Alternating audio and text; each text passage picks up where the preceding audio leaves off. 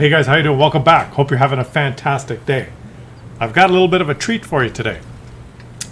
2 games, but it's the same game, 2 tanks, 2 different perspectives of the same game.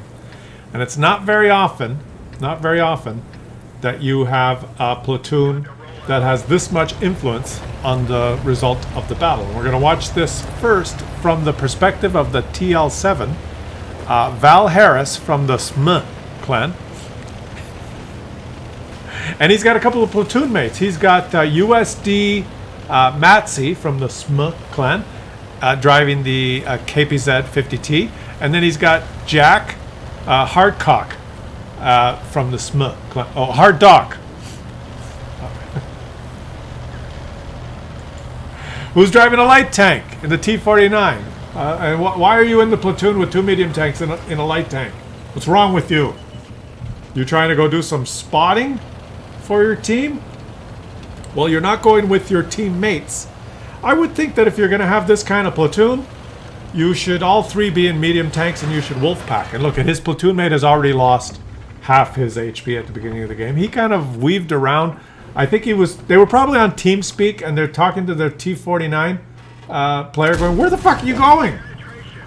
Why are you going down in the... No, go left. Go, no, here. Go right. Go left. Back up. And so they're not coordinated is what I'm guessing.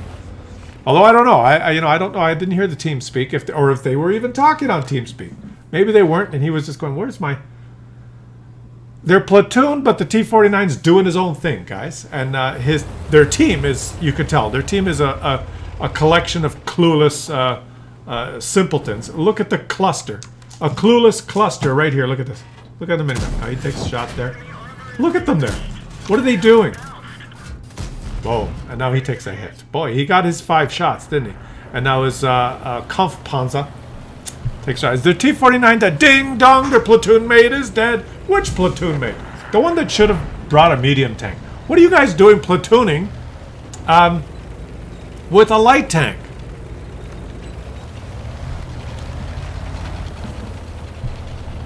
Okay, this tank here is a pseudo medium tank. It's a kind of a TD. It's a weird. I don't even know what the hell this is. But they can work together, right? Wouldn't it be nice? Wouldn't it be nice if there were 3 medium tanks? Now, the KPZ 50T that lost half his HP in the first 10 seconds. He is doing some serious contribution to this game as well. So we're going to see how these guys dominated on the battlefield. It would have been pretty cool if they had 3 medium tanks. Then I could show you from 3 different perspectives, 3 tanks acing their tanks in the same game. Aha. So what do they do now? Wouldn't it be nice if they had a T-49 platoon with them that could rush across here and spot for them instead of wallowing around in the river at the beginning of the game? I'm making fun of your platoon mate. But really, in high tier like this, tier 9, tier 10, some of those bold, aggressive moves, you're going to die. Tanks have good view range. Tanks have big guns. Look at their T-49 now is doing the same thing. He's going to survive by the skin of his teeth. If you try and make one of those big, bold moves at the beginning of the game in your light tank at high tier, you just need one enemy that knows how to counter, because there's, the river there, that's kind of the rush down there and do some initial spots. That's kind of what you learn in tier 3, I guess. You need one tank that will counter you and you're fucked. Or not only one tank that will counter you, just one really bad player on the enemy team that wanders down. I think I'll go this way. Like either a really smart player that counters you or a moron is going to end your game. It's just so high risk. So why do it? You know the chances of you getting that 10,000 spotting and winning the game are 1 in some really large number. It almost never happens. So it's not a high percentage play. Maybe at tier 4 and 5 and 6, you can have some good luck. And he's still not loaded, eh? But the Kampfpanzer, Kampf 50T puts one in now. He's almost low. He's waiting. GSOR. Now you're gonna pay. for your stupidity. Oh, and look, a Scorpion's going to pay too. How much is the Scorpion going to pay? He is going to pay with his life.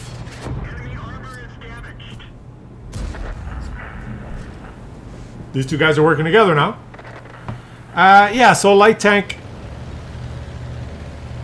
You guys can argue about that in the comment section, but I firmly believe that. I think you can make more of an impact on the game in the middle and at the end than you can in the first 15 seconds. In the first 15 seconds, the risk of you dying is so high, and you don't even know whether your team is a collection of morons, right? That T-49 that went down there, did you see the cluster of clueless idiots that were all sitting at like H2 or H3? Well, who the hell are they going to shoot? You have 5 guys, they're all in one square. Like, you're going to spot for them? That's who's, you know, going to give you... You're counting on clueless morons handing you a good game. You're at the mercy of your team when you're a light tank. It's frustrating. I know. And I'm not being, you know, I got to apologize to, because I made fun of your name. I made fun of your gameplay. Jack Hardcock. I feel for you, buddy. Let's leave some thumbs up for Jack Hardcock in the comment section, because you know, he got trolled. He tried to go spot. He was in a light tank and he says, "I'll move up and spot." It was admirable. But when you do that, buddy, in a light tank, you're counting on your teammates, which is like, you can't do that. You can't do that. You know that light tank has the word I in it. In light tank. So when you're a light tank, you got to think of yourself. A light tank has the word I. Because none of the medium tanks give a shit about you. The medium tank has the word me in it. They only think of themselves. You go down there and they go, "Look at our light tank down there. Oh, he spotted someone. What should I do now?" And they don't do anything. And then you die. I mean, even your platoon mates, who you could count on, we're not in a position to shoot who you spotted. So, you know, you're counting on strangers, and it's a recipe for getting frustrated. That's why a lot of people are really frustrated playing light tanks. Oh, permatract. Oh, the one shot he aims, he misses. Come on, Wargaming. It's almost like they want you to lose. You got a really good... we're going to have to see what this... The Conf Panzer 50T... They don't really focus fire, do they? He didn't go to support his teammate and get out of view of that VK and go help him with the Skoda. He's just saying, you fight the Skoda, I'll fight the VK. Which is a huge mistake. But it worked out. These guys probably have a lot of confidence in their abilities. And he said, he'll be alright. It's just a VK. Or he was worried about getting shot in the ass by the VZ. But he could have went around the topography. It's interesting because at the end of the game, you do want to try and get your 2 guns versus 1. Rather than, you know, 2 versus 2. You want to overmatch if you can. But I think he was scared of getting... He's low health and he was scared of getting shot by the VK. But I think while the VK was reloading, he might have been able to... it's hard to know. You know, he's doing the right thing. He's making his own calls. But I feel sorry. I feel sorry for Jack Hardcock. I know. I got your name wrong again. I did it on purpose. The other 2 times, that time I got your name right. But yeah, it's frustrating, buddy. I feel for you because now can you do it? No, the track wheel. Okay, if he's not going to move, maybe his teammate said. Did his teammate say, "Oh, I have him tracked"? Now there, you know, he was going for the track wheel, but I think we will know in a minute because we're going to watch the game from the KPZ 50T's perspective right after this. Okay, actually, we're gonna switch it right now so that you won't know how it ends because they could lose. Let's switch it right now. Okay, let's launch into it just as the game starts from the perspective of the KPZ-50T. This is USD Mats from the Sum clan.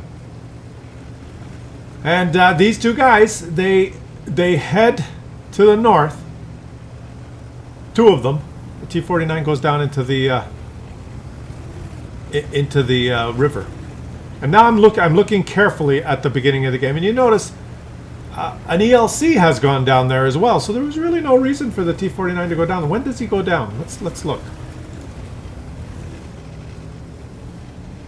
He goes down there. Interesting choice. Now he's spotted. He spotted a leopard. He's lit. Who does he get shot by? Let's put it in third person. He got shot by a Burask. And his gas tank ruptured. And he got stunned. So he gave up a little HP to get into a good hull down position. And now it's interesting. It's just interesting. Let's watch it from his perspective now. He got some spotting assist on the Leopard.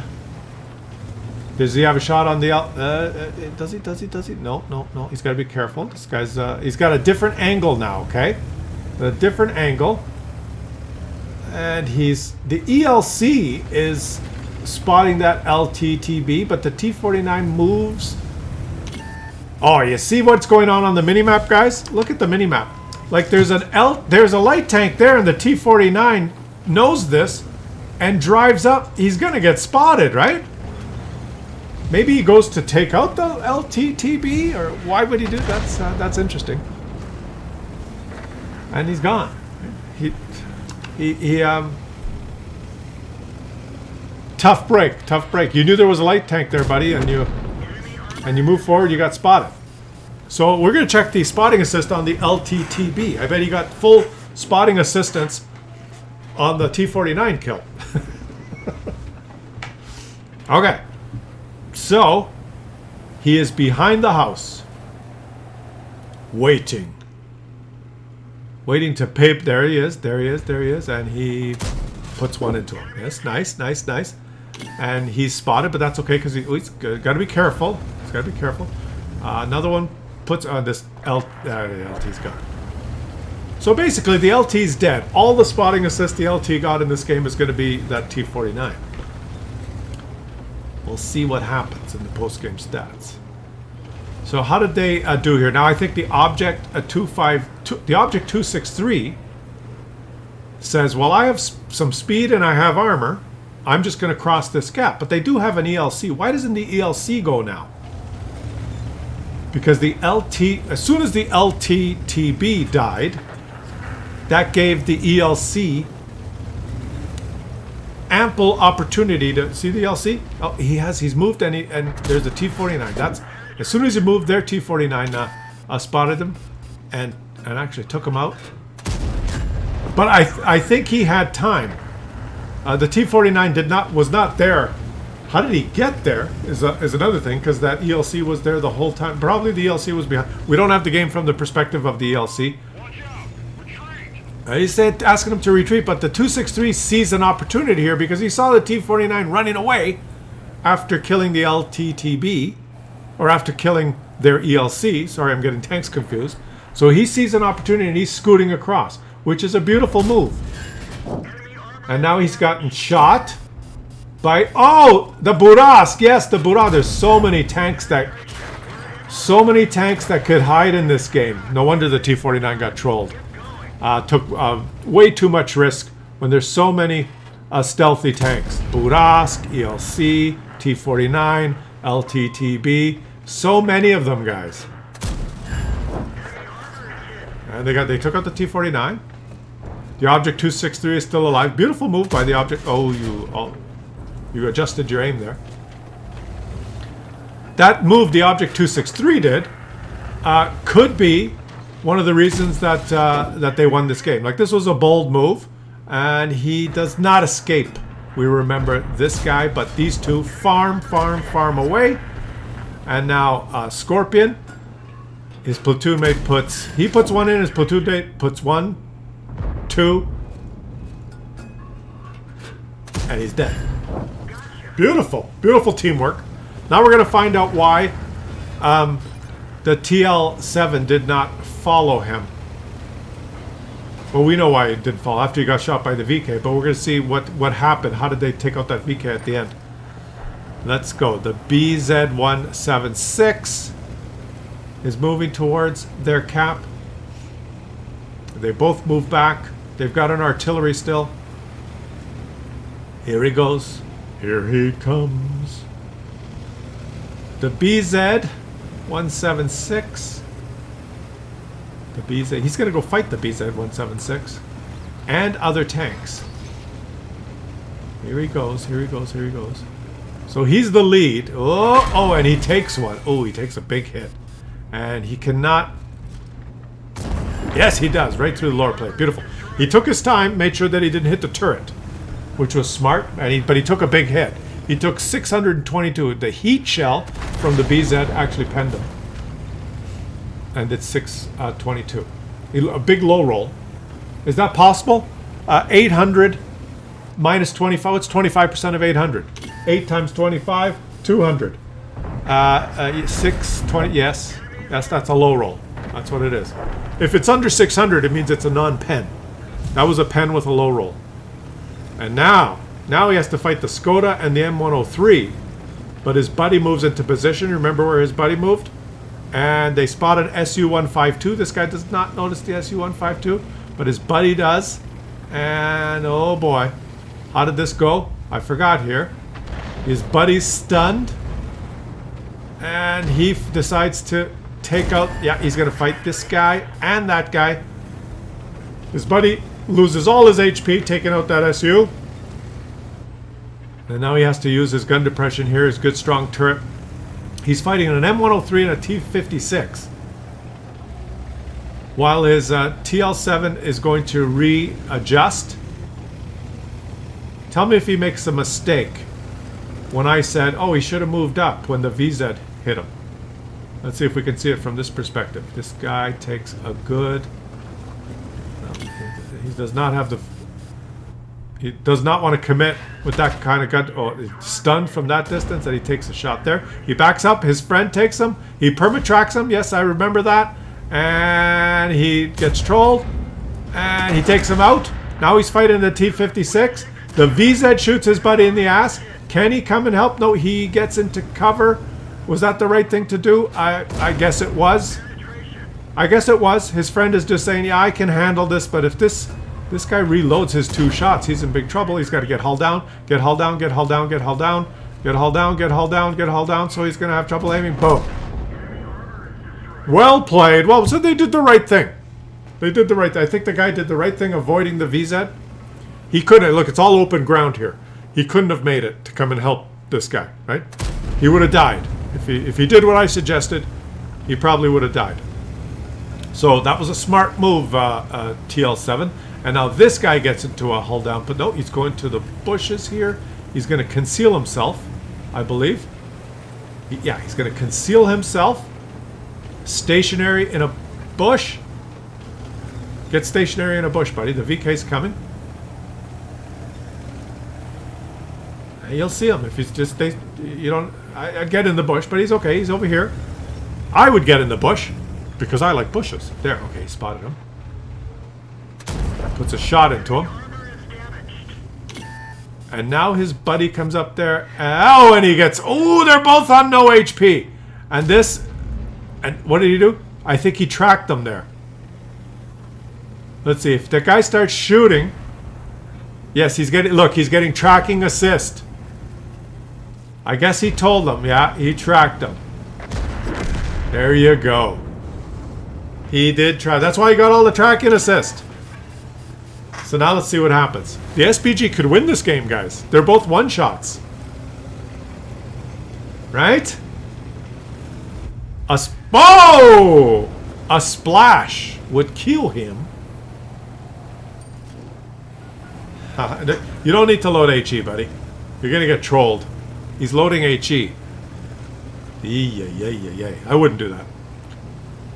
You could take 2 shots. What's the HE alpha? 420. You still don't kill him.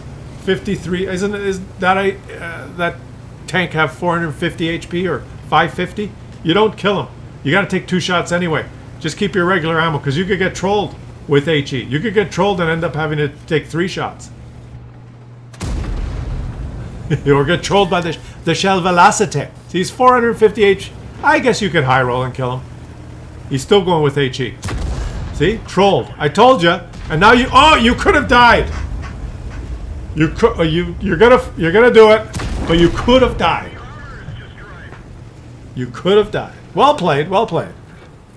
No need for HE. So we see the KPZ-50T aces his tank. And the TL7 aces his tank. You look at the post-game stats there. Those guys finished on top. Where's your other platoon mate, guys?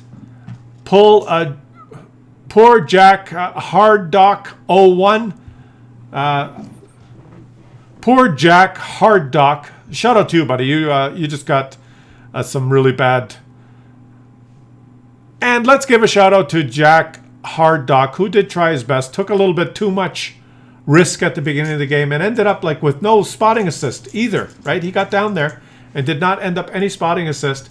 He was detected by that LTB, which is right here, Mike, who ends up with 1,155 spotting assists, which was all on poor Jack.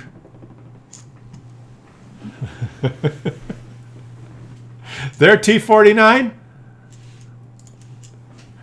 So nice to see from dual perspective. Thanks for posting that, guys. It would have been nice actually to have the T49's perspective to see when he got spotted, and how close he, just to see that perspective. Because you never know when you're just looking at the minimap, you're not sure what they're seeing and why they're making the decisions that they make. But